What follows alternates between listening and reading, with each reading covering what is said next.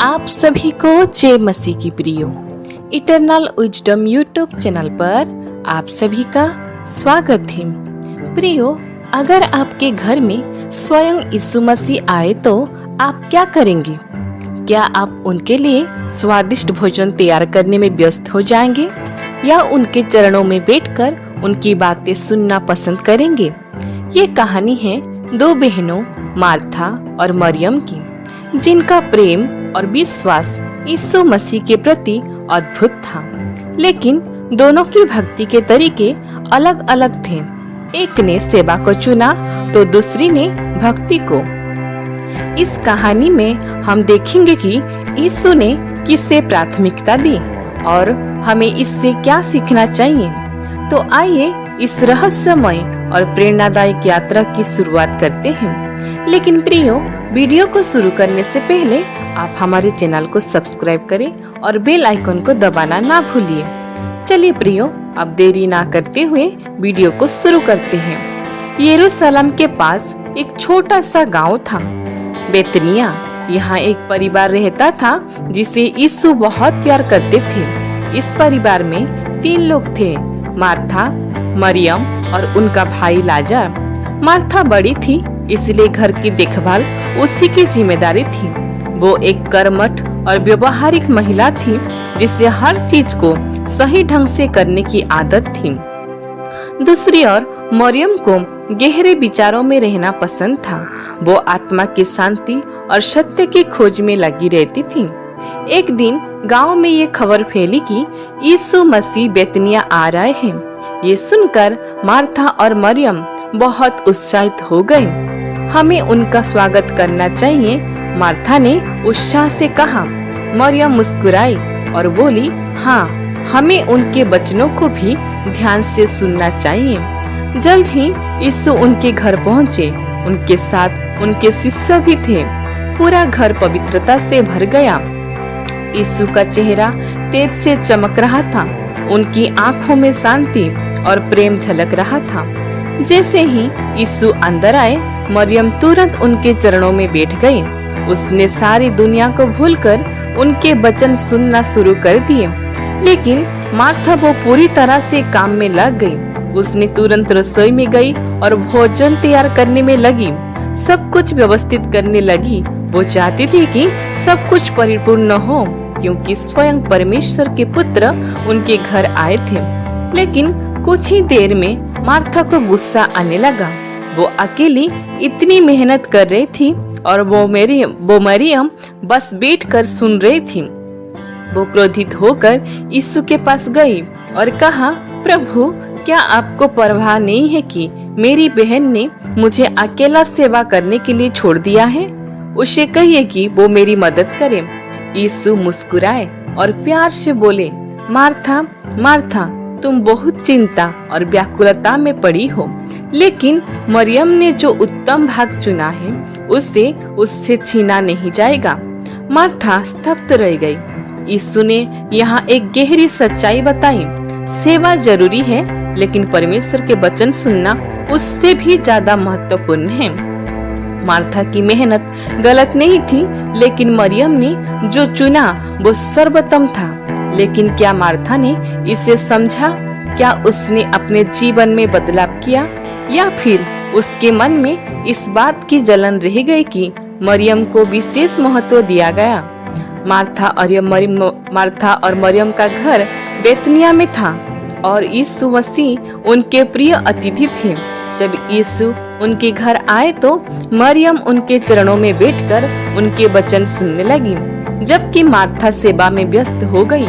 जब मार्था ने यीशु से शिकायत की तो उन्होंने कहा कि मरियम ने उत्तम भाग चुन लिया है, जिसे उससे छीना नहीं जाएगा। लेकिन ये कहानी यहाँ खत्म नहीं होती। कुछ समय बाद बेतनिया में एक बुरी खबर फैल गई। मार्था और मरियम का भाई लाजर गंभीर रूप से बीमार पड़ गया। दोनों बहनों ने हर संभव इलाज किया, लेकिन उसकी हालत बिगड़ती चली गई। अंत में जब उन्हें कोई और उपाय नहीं सूझा तो उन्होंने यीशु को संदेश भेजा, हे प्रभु, आपका प्रिय लाजर बीमार है, कृपया जल्दी आइए। उन्हें पूरा भरोसा था कि यीशु आएंगे और उनके भाई को ठीक कर देंगे। लेकिन जब ये संदेश यीशु तक पहुंचा तो शिष्यों को लगा कि वे तुरंत बेतनिया जाएंगे। लेकिन यीशु ने वहीं रुकने का फैसला किया और कहा, ये बीमारी मृत्यु के लिए नहीं बल्कि परमेश्वर की महिमा के लिए है, जैसे कि यूहन्ना रचित सुसमाचार 11 अध्याय में वर्णित है। यीशु को पता था कि कुछ महान होने वाला है, लेकिन उधर बेतनिया में मार्था और मरियम व्याकुल थी। उन्होंने हर दिन राह देख रही थी, लेकिन यीशु नहीं आए। 4 दिन बीत गए और अंततः में लाजर की मृत्यु हो गई। पूरा गांव शोक में डूब गया था। दोनों बहनें टूट चुकी थीं। 4 दिन बाद जब लाजर को कब्र में रख दिया गया था, तब खबर आई कि यीशु बेथनिया आ रहे हैं। उसके चेहरे पर दुख और हल्का सा उल्हाना था। उसने कहा, प्रभु, यदि आप यहाँ होते तो मेरा भाई मरता नहीं। लेकिन फिर भी उसके मन में थोड़ा भरोसा था, इसीलिए उसने आगे कहा, लेकिन अब भी मुझे पता है कि परमेश्वर आपकी हर बात को सुनेगा। यीशु ने उसकी ओर देखा और कहा, तेरा भाई फिर से जीवित होगा।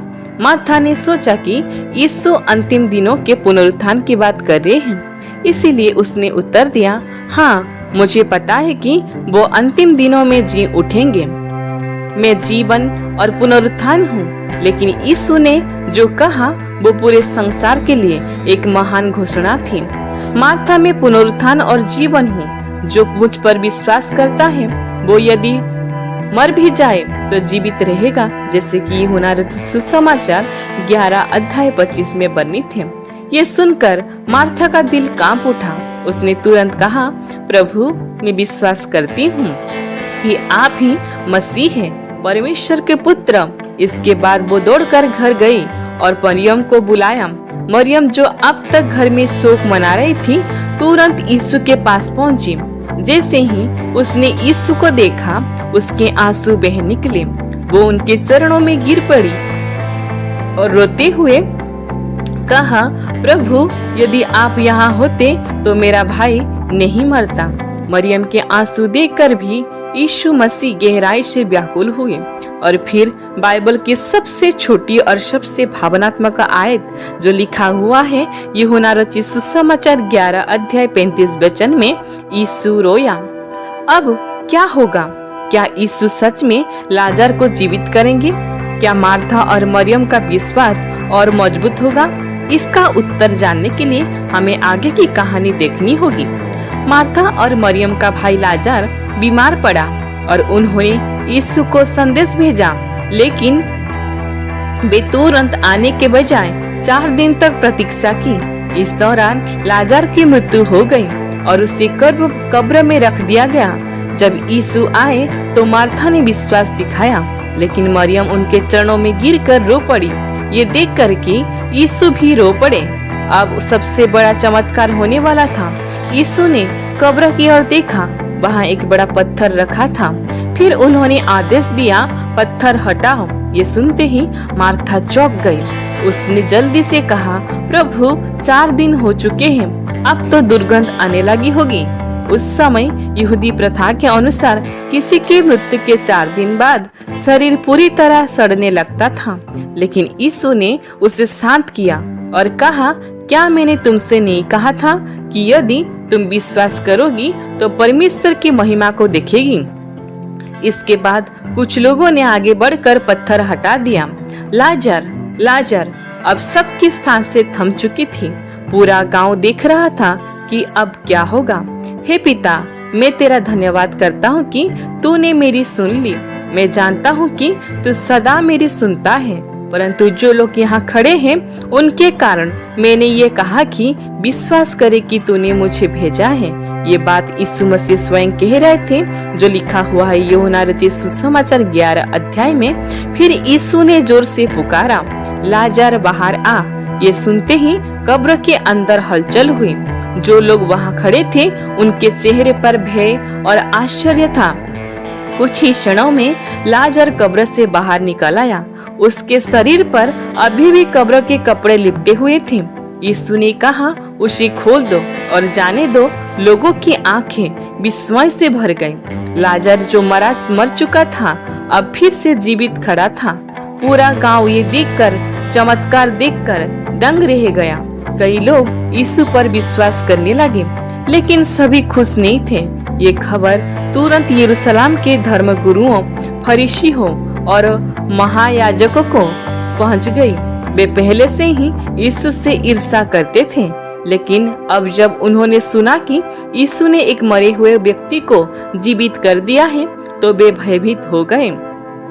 उन्होंने आपस में कहा, यदि हम इसे यूं ही छोड़ देंगे तो सब लोग इस पर विश्वास कर लेंगे। इसीलिए उन्होंने गुप्त रूप से यीशु को मारने की योजना बनानी शुरू कर दी। इस कहानी से हमें क्या सीख मिलती है? इस कहानी से हम देख रहे हैं कि परमेश्वर तुरंत उत्तर नहीं दे रहे हैं, लेकिन वो सब कुछ सही समय पर करते हैं। विश्वास करने वालों को महिमा देखने को मिलती है। मार्था और मरियम को अपने भाई के पुनरुत्थान का सबसे बड़ा चमत्कार देखने को मिला, क्योंकि उन्होंने विश्वास किया था मृत्यु पर विजय केवल यीशु के पास है। मैं पुनरुत्थान और जीवन हूँ। यीशु ने ये सिद्ध कर दिया कि जो उन पर विश्वास करते हैं उनके लिए मृत्यु का कोई भय नहीं। लेकिन ये कहानी यही खत्म नहीं होता। क्या यीशु का ये चमत्कार उनके शत्रुओं को और अधिक क्रोधित करेगा? क्या मार्था और मरियम अब पूरी तरह से समझ गए कि सच्ची भक्ति क्या है? प्रियो, आशा करती हूँ इस कहानी के द्वारा आप लोग जरूर आशीष पाए होंगे। ईश्वर इस छोटी सी आलोचना के द्वारा हम सभी को बहुतायत से आशीष दे। आमीन।